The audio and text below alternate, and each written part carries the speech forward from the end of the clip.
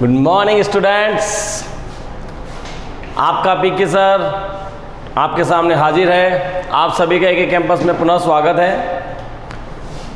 तो देखिए, आज की क्लास बहुत इंटरेस्टिंग होने वाली है और हमेशा की तरह मैं आज भी बहुत स्मार्ट लग रहा हूँ, शायद आप लोगों को दिख रहा हूँगा। आप भी बहुत खूबसूरत नज़र आ रहे हैं मुझे सभी। आप सोच रहे होंगे सर ऐसा क्यों कह रहे हैं? क्योंकि हर पढ़ने वाला बच्चा खूबसूरत होता है। देखिए, आज बहुत ही इंटरेस्टिंग टॉपिक हम पढ़ने वाले हैं। इस टेंस की समाप्ति पर भी हैं हम, और हमारे टॉपिक का नाम है फ्यूचर टेंस।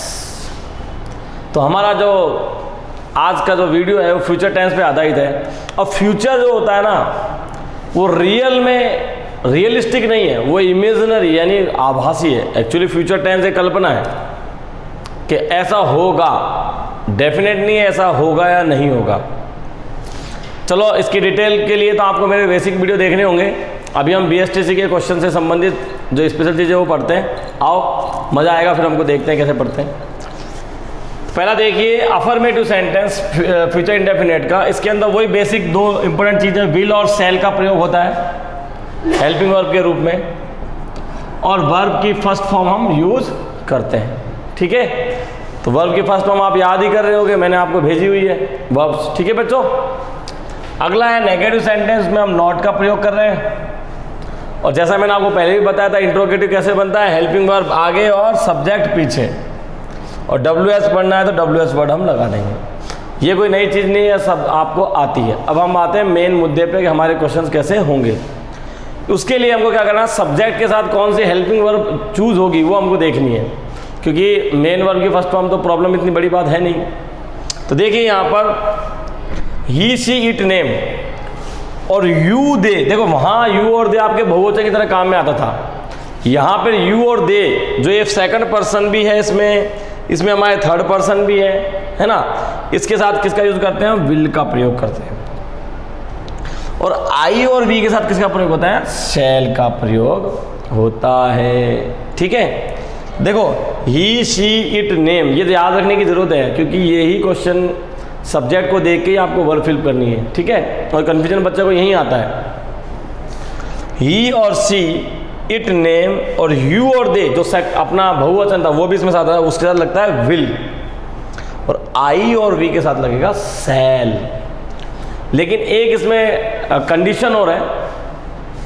कंडीशन ये है कि यदि किसी वाक्य के अंदर कोई प्रॉमिस करने वाली, एक्चुअली मॉडल्स के अंदर आता है बेसिकली, लेकिन मैं फिर भी बता रहा हूँ आपको, सेंटेंस में ऐसा कोई सेंटेंस में भाव आता है, प्रॉमिस करने वाला भाव आ गया है ना, कोई धमकी देने वाला भाव आ गया, चुनौती, डिटर्मिनेशन, दृढ़ संकल्प, या किसी कार्य के निश्चित होने का भाव आ गया, उस वक्त हम आई और वी के साथ विल का प्रयोग करते हैं उस सेंटेंस के अंदर। ठीक है, और बाकी बच्चे हुए जो सेकंड पर्सन है उनके साथ किसका प्रयोग करते हैं, शैल का प्रयोग करते हैं। तो समझ में आ गया होगा, उल्टा हो गया इसके अंदर। अगर इस तरह के भाव आए तो आई और वी के साथ विल का प्रयोग होगा, और ही सी इट दे के साथ शैल का प्रयोग होगा। चलो अब इसके ऊपर हम क्वेश्चंस करते हैं। ठीक है, चलो जल्दी फटाफट शुरू करते हैं। तो पहला यूज देखते हैं हम इसका हम। ठीक है, तो पहला कंडीशनल सेंटेंस, ये मैंने पहले भी बताया है आपको कि प्रेजेंट इंडेफिनेट का प्रयोग इफ के साथ। अगर प्रेजेंट इंडेफिनेट है तो अगले में क्या आएगा, फ्यूचर इंडेफिनेट।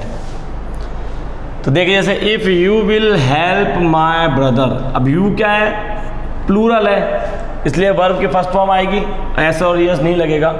तो अगला सेंटेंस क्या होगा, विल प्लस हेल्प। तो आई विल हेल्प यू, तो मैं तुम्हारी कंडीशन क्या है, यदि तुम मेरे भाई की मदद करोगे तो मैं तुम्हारी मदद करूंगा। ठीक है, अब इसमें होगा क्या, कोई भी एक सेंटेंस आपका किया होगा, दूसरा सेंटेंस का आपको फिलिंग इन द ब्लैंक्स छोड़ा होगा। तो अगर आप सेंटेंस में देखते हैं कि यार ये वाला अगर प्रेजेंट इंडेफिनेट है तो यहाँ फ्यूचर इंडेफिनेट भरेंगे, अगर यहाँ देखते हैं ये फील है तो ये फ्यूचर इंडेफिनेट है तो यहाँ प्रेजेंट इंडेफिनेट आप फील करोगे। कि यदि किसी वाक्य के अंदर हमको कोई विलिंगनेस यानी कोई इच्छा, कोई फ्यूचर का प्लान, कोई इंटेंशन यानी जानबूझ के कोई किया हुआ काम, कोई योजना, कोई प्लान, प्रोग्राम अगर हम करते हैं तो विल और शैल हमेशा है ना प्योर फ्यूचर की तरह काम करता है। जैसे कि टुमारो विल बी संडे, यानी ये इंटेंशन बता रहे हैं, देख कल संडे है, कल तो घूमने फिरने चलना ही है हमको, है ना, इस तरह इंटेंशन बताया आपको।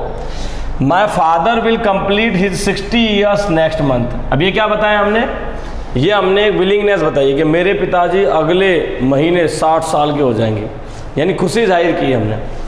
इस तरह के जो सेंटेंस होते हैं उनके अंदर भी हम विल और शैल का प्रयोग करते हैं। तो ये फ्यूचर वाले सेंटेंसेस हैं हमारे, लेकिन यहाँ कहीं ऐसा लिखा हुआ नहीं है कि ये सेंटेंस फ्यूचर का है, लेकिन सेंटेंस को पढ़ने के बाद हमें लगता है कि ये सेंटेंस किसका है, फ्यूचर का है। अगले यूजेस और देखते हैं अपन।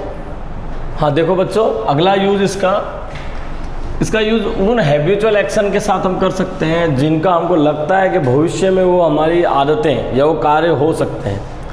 जैसे कि आई विल टेक एग्ज़ाम, यानी मुझे ऐसा लगता है कि मैं अगले साल एग्ज़ाम में बैठूंगा या एग्ज़ाम दूंगा।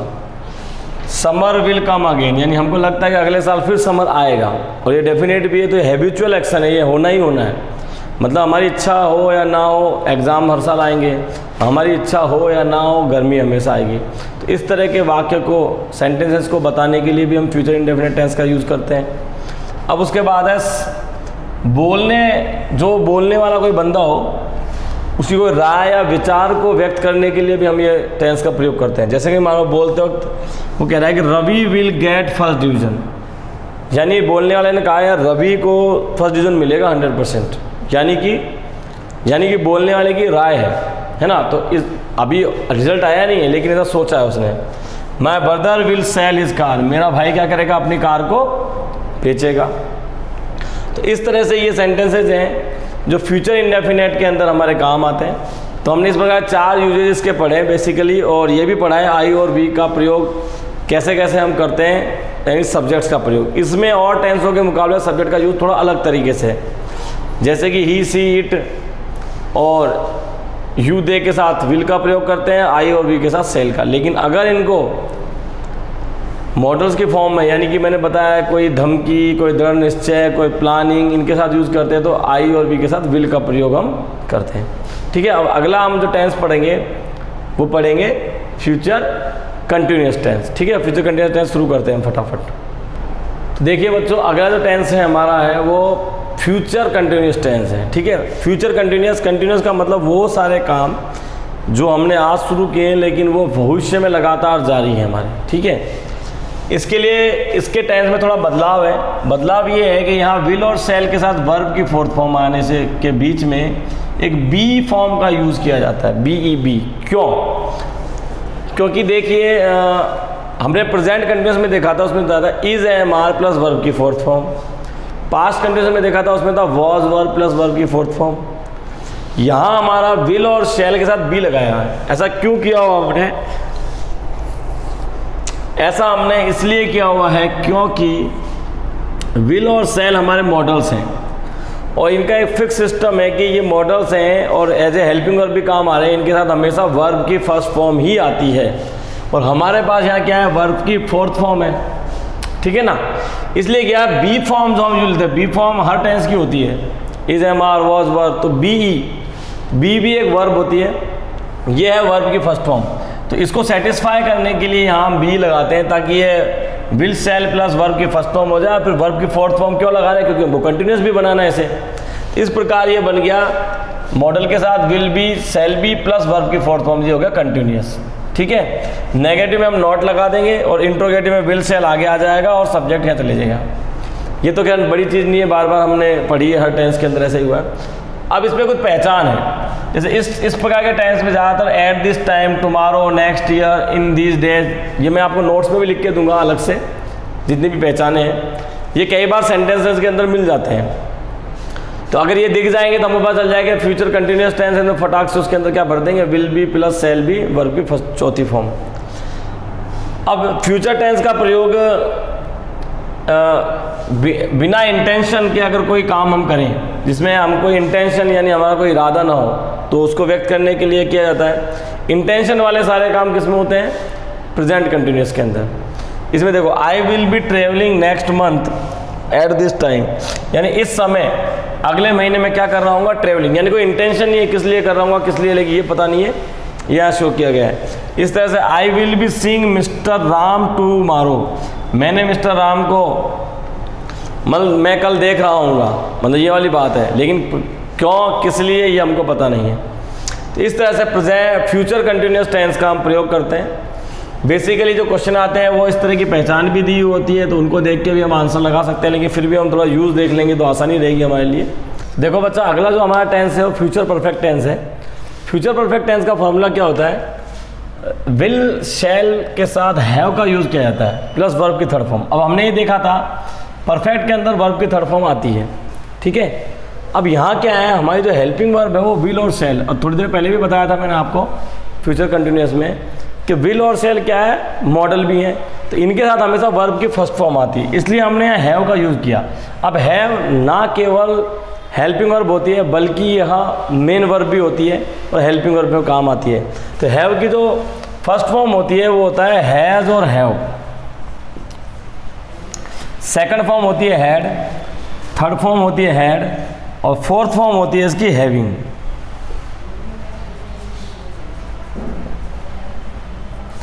तो चूंकि ये फर्स्ट फॉर्म है इसलिए विल और शैल के साथ हैव का यूज़ कर लिया और उसके बाद वर्ब की थर्ड फॉर्म बना दिया, तो ये बन गया हमारा परफेक्ट पूरा, ठीक है।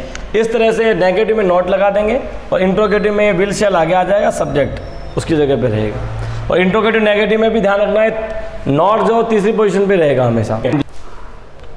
हाँ देखो बच्चों, इसके पहला यूज जो इंपॉर्टेंट यूज है हमारा वो क्या है, अक्सर इस प्रकार के जो टेंस होते हैं, कौन सा, future perfect tense. Future perfect tense में क्या होता है, सेंटेंस की पहचान।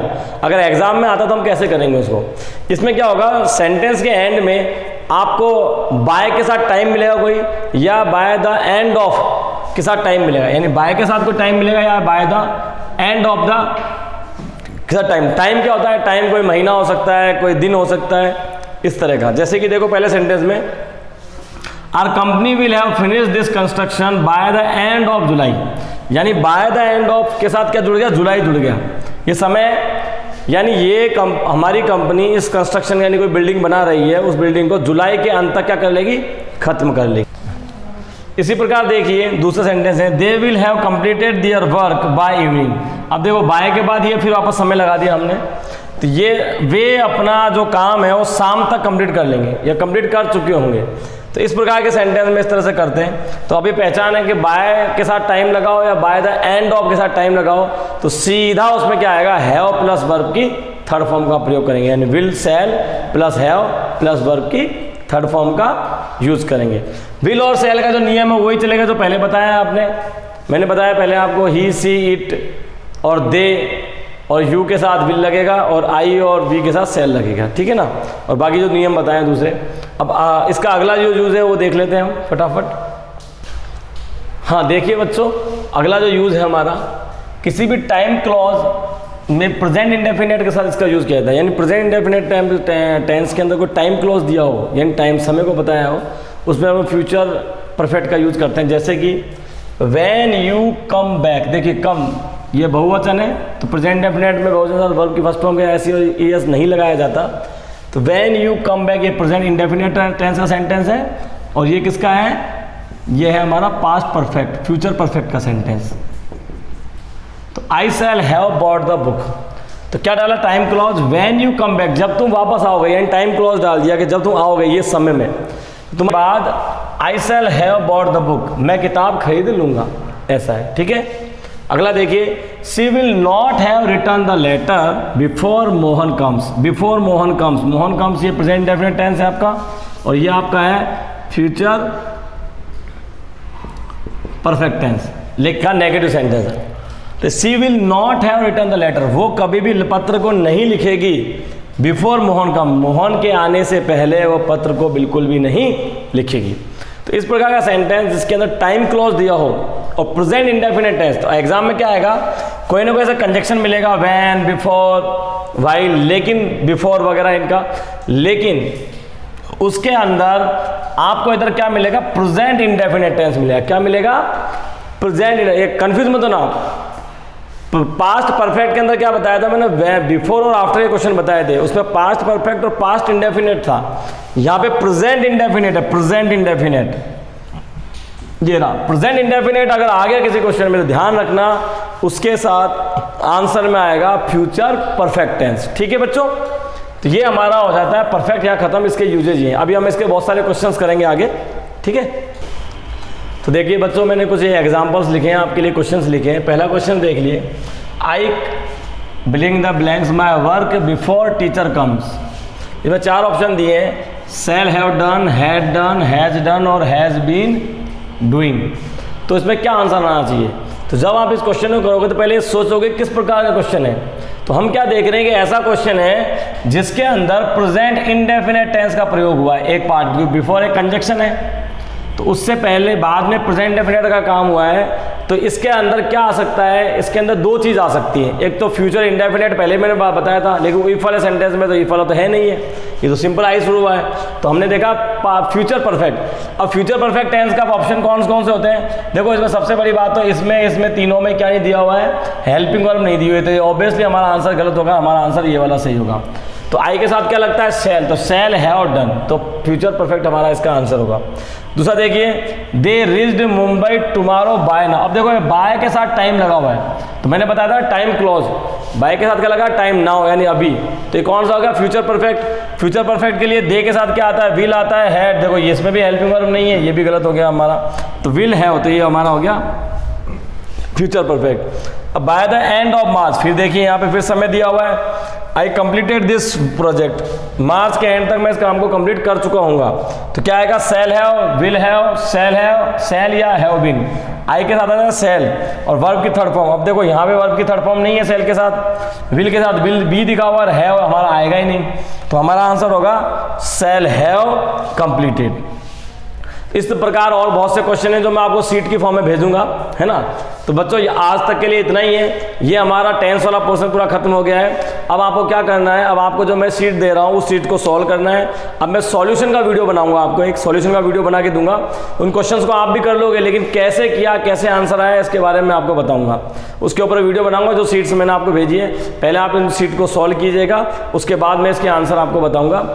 और सभी बच्चों अच्छे से पढ़ाई कीजिएगा, क्योंकि देखो अगर आप BSTC की तैयारी कर रहे हैं तो आपको उसमें सिलेक्शन भी करना है, क्योंकि आने वाले 4 या 5 साल में आप भविष्य भारत के क्या होने वाले हो? टीचर होने वाले।